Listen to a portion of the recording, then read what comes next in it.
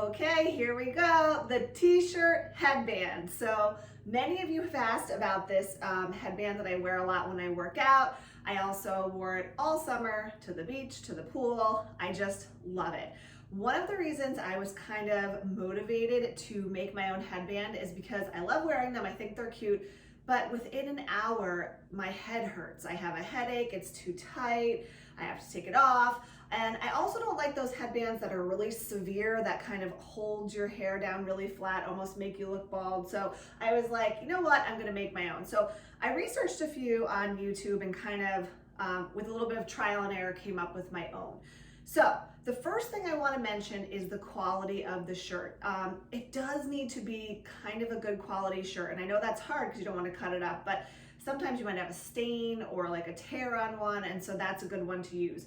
So I want to show you a couple that I made that worked but weren't the best. So this was a shirt, I loved the pattern on it, but it was a really thin shirt. I had worn it a lot and you can see it's almost like a little bit see-through. So it didn't work as well because it kind of like rolls over itself and won't hold its shape very well. So if it's a really old t-shirt where you know, the fibers are really thin, it's probably not the best one to use. I mean, you can try it, but not the best one.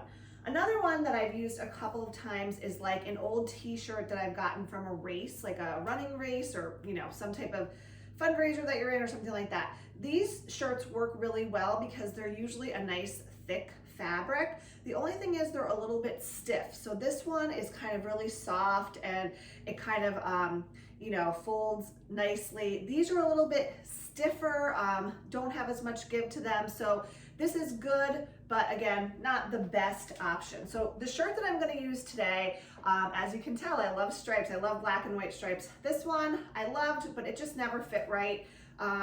So I'm going to use this one. So I have it laid out in front of me and I have it turned inside out. So the first thing that I'm going to do while it's turned inside out is cut off the tags. That's just so that when you're, you know, wearing it, you don't have to worry about tucking those in. Just makes it a little bit easier. I'm using sharp shearing scissors. That's really important too, so that you get a nice cut. If your edge of your cut is jagged or anything like that, don't really worry about it because you can always kind of fold those edges under. So what's nice about the striped t-shirt is that I'll be able to cut a pretty straight line. And one of the things I would suggest is cutting more than you think you will need for the headband, because I like mine to be kind of big with that little knot on the side and everything like that. So you want it to be kind of a thick headband, or else like this one, it'll kind of roll over on itself. All right, so let me just flip the camera and you can see exactly how I'm gonna do it. This is really so simple. I'm just going to cut right across the bottom. So there's a little pocket here, so I'm gonna avoid that. I'm gonna make this really nice and thick. So I'm going to cut it right on this line here. And like I said, the sharper the scissors, the better. It's just gonna make your life a lot easier.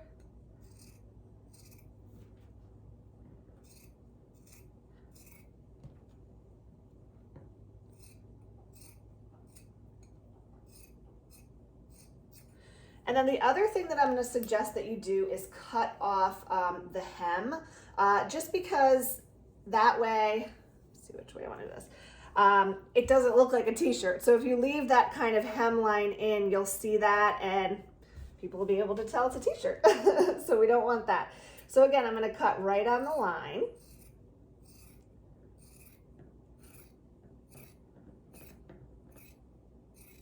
Doesn't have to be exact.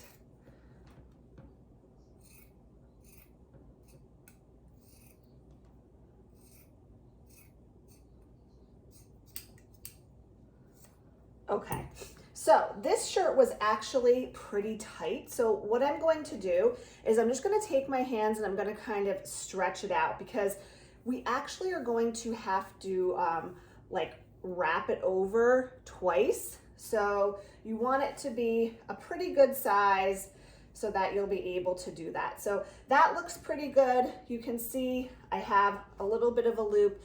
Now the next tricky thing is folding it. And this took me a couple of times to get down, so it might take you that too. But what I want to mention is just the edges, the seams, make those on the edge. That way the seam will be at the back of your head and the knot will be at the front. So the first thing that you want to do, I have my seams right here on the edges, is I'm going to make an 8. So just like this, I folded it to make an 8. Now I'm going to take this corner and pull them together. So as you can see, I don't know if you can see it right there, the knot is at the top, the seams are at the bottom, and I'm ready to wear it. It's that simple. So let me show you one more time. I'm holding at the seams here, again, so that the seams are at the back of my head. I'm going to make a figure 8, just like that. I'm going to pull the top corner and the bottom corner together, and there you go. And I'll show you how it looks. So there you go. It looks cute with your hair down. It looks cute with your hair pulled back for a workout.